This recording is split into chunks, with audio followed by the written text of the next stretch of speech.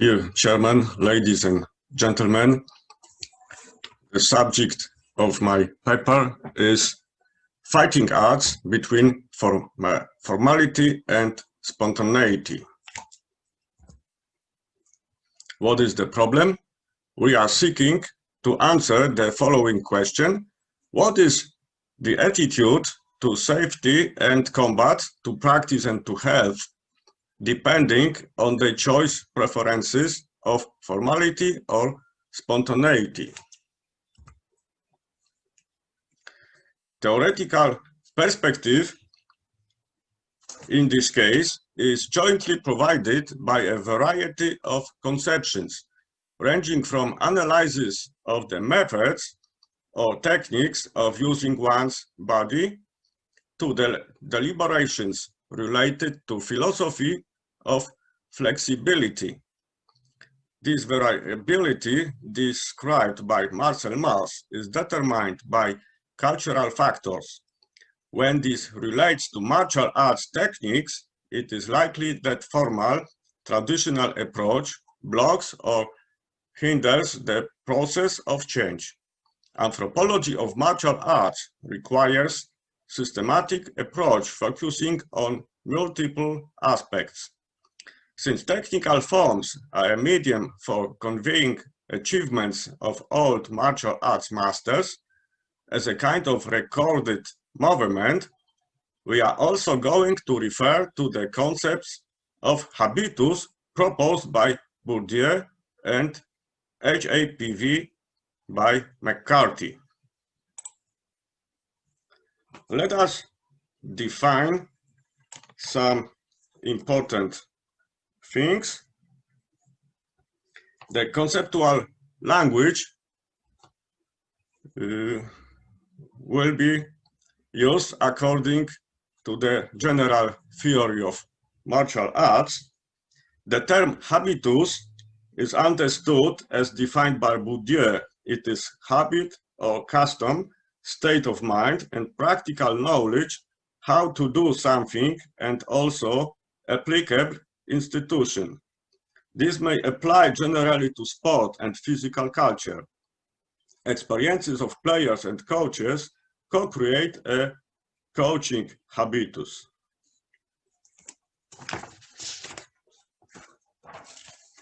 Patrick McCarthy is a proponent of the HAPV, habitual acts and physical violence theory, an example of forms of karate. In this meaning, it would be a technical habitus formalized. Let us try to answer the problem question: what is the attitude to safety and combat, to practice and to health, depending on the choice preferences of formality or spontaneity? This study applies in a contemporary way two qualitative research methods: long-term participant observation over 40 years and content analysis of the related literature. Broad discourse of the thematic sources and elaborations has been taken into account jointly.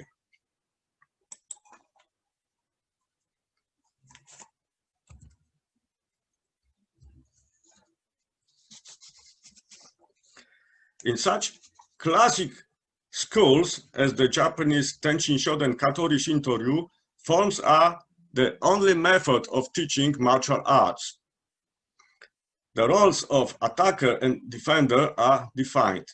This applies to the use of various traditional weapons. Here, forms are perceived as a value. We can talk about conservatism of a traditionalist who appreciates originality and old age of the cultivated techniques as much as a numismatist values a rare coin. This may be linked with conservatism in the sphere of axiology and worldview, but not necessarily. However, ideologies underlying martial arts are flexible to a degree, as a result of which they may be adopted by communities representing various cultures. Modernization and modifications occur in institutions operating within schools and major martial arts organizations. This applies to grades, to licenses, to management of a given organization, and to a ceremonial aspects. In schools and styles switching towards competitive sports or commercial teaching of self-defense, the culture aspects is reduced. On the other hand, organizations refusing to go competitive or to modernize emphasize to genuine aspects of their operation and make effort to preserve routines established in the past.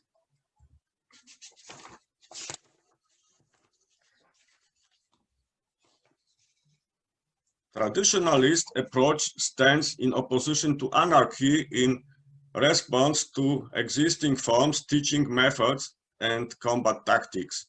Bruce Lee was among the first ones that renounced the ancient system of combat teaching. No way in the Jeet Kune Do by famous Bruce Lee was a kind of revolution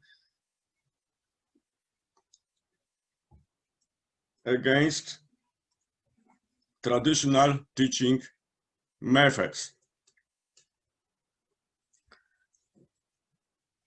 Certainly, this is not a bipolar system. For years, practice of forms has been supplemented with forms of randori, sparring, or jiu-kumite, free fighting, in judo kodokan, karate kyokushin, jujutsu Idokan, etc. What is the attitude to safety and combat, to practice and to health, depending on the choice preferences of formality and spontaneity?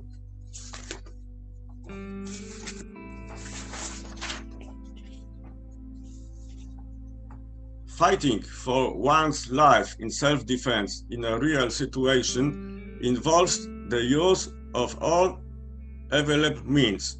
Response to an attack must be adequate, immediate, and spontaneous, and the applied technique must, first of all, be effective.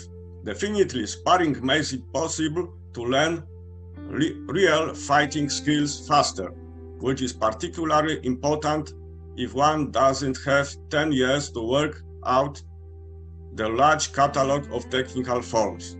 And a sense of security is only gained after one has acquired real fighting skills. Similarly, sport fighting, despite the conventions set forth by the rules, requires a practice in accordance with a suited sport type formula. Cultivation of technical forms may seem like a waste of time for a sport person unless he or she is training to participate in kata competition. In this case, forms have to be learned by necessity, for instance, in order to acquire a higher grade in karate or a higher master grade in judo. Training versus health. This is an issue which certainly must be addressed. The purpose of the training may be a precondition, and the method is the main determinant. Competition-related training subject to sub-maximum and maximum stress is not good for health. Even more hazardous are head impacts and shocks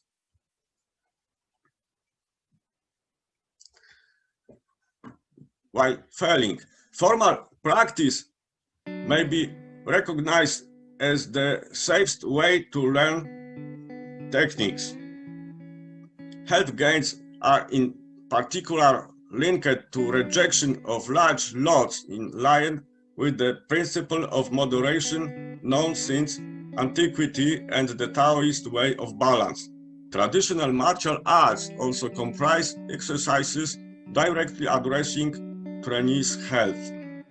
In the current times, driven by the desire to rapidly attain goals, sport-type training is to lead to success in sport, frequently at the cost of overloading the organism. Individuals who aim towards the extreme in the area of martial arts paid with their health for that.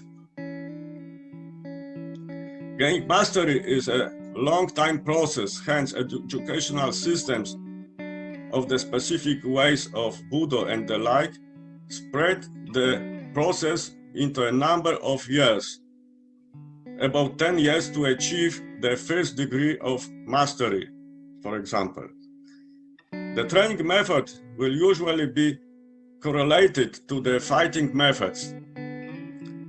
Basically, a different training routine is used to prepare for sport competitions and different for self-defense practice, frequently in situations a few against one.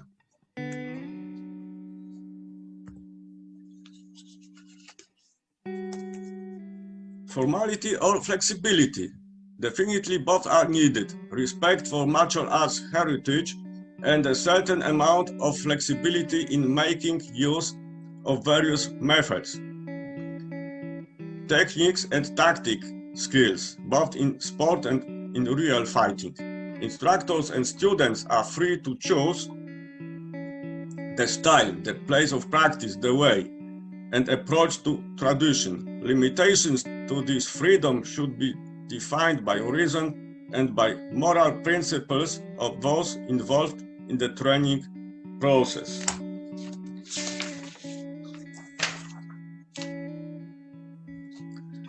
As conclusions, one's attitude to formality and spontaneity results mainly from one's approach to tradition. Traditionalists willingly restore old ceremonies, clothing, and weapons, which in the case of national heritage is of value by itself. In turn, those eager to modernize martial arts try to modify, adopt, and synthesize martial arts techniques and teaching methods. Generally, for a young and strong person, ability to compete and fight is frequently a goal of practice. On the other hand, in the case of a mature man, there are also female warriors, of course. These more often are timeless values and a deeper motivation. This, however, is only a hypothesis resulting from long-term observations conducted in the community, yet requiring further study. Moderation and balance between the formal and the spontaneous appear to most effectively lead to success without a risk of health loss. The success award will consist of effective training, fighting skills, good health potential, and sense of security. This, however, requires years of practice. Any shortcuts are highly risky. You see a photo from one of my summer camps and references, second part of references. And thank you very much for your attention. Thank you.